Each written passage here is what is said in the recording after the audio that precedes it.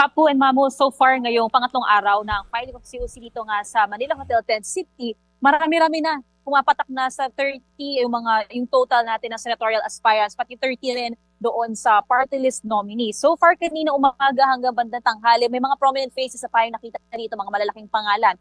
Ilan dito? Si Doc Willie Ong na tumatakbo bilang independent aspirant sa senatorial bid.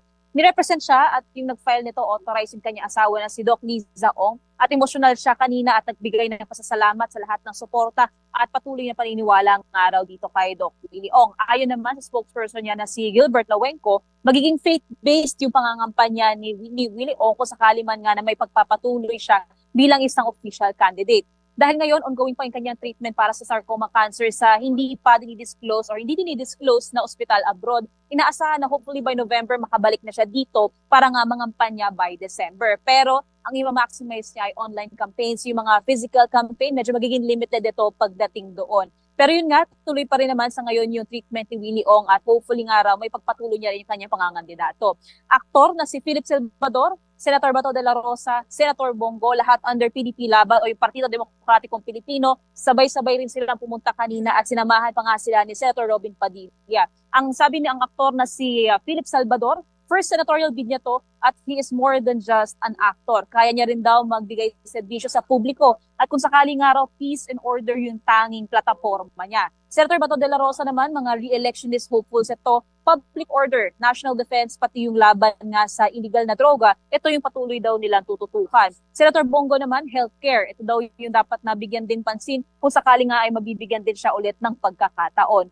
Bukod dito, meron pa tayong ibang mga nakita mula sa partido na pumunta dito. Pero ang nung tinanong din natin si Senator Robin Padilla tungkol kay former President Rodrigo Duterte, kasi syempre kasama to sa PDP Laban may plano ba siyang tumakbo ng senador kasi 3 araw na hindi pa natin siya nakakagilap. Ang sinabi ni Robin Padilla, physically well at may capacity na tumakbo bilang senador itong si Duterte. Pero sabi naman ni Senator Bongo, abangan daw natin, wait and see until the last day ng filing of COC by October 8 kung ano ang mangyayari dahil nga nagdidesisyon pa naman dito si Pangulong Duterte. Papu Mamu?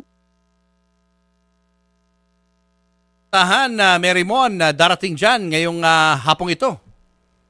Nako, 1 oras, less than 1 hour na lang, wala na tayong ibang hinihintay pa dito na prominent names kasi wala na tayong nakukuhang impormasyon. Pero supposedly kanino umaga raw dapat ay si Senator Pia Cayetano ay inaasahan na pumunta. Pero since di natin siya nakita kanina, so far abangan natin sa mga susunod na araw kung sino pa yung mga malalaking pangalan or if not, until the last day, baka may mga last minute pa na magpa-file, yung mga manonorpresa pa. Pero bukod naman dito, nakita din natin nga yung ibang mga partido. So kasama dito yung anak nga ni Senator Grace po at nag-file na rin ito sa kanyang partido. Pero bukod pa doon, so far nasa 30 yung senatorial hopefuls natin, nasa 30 na rin yung mga party list nominees natin. Mary Mon.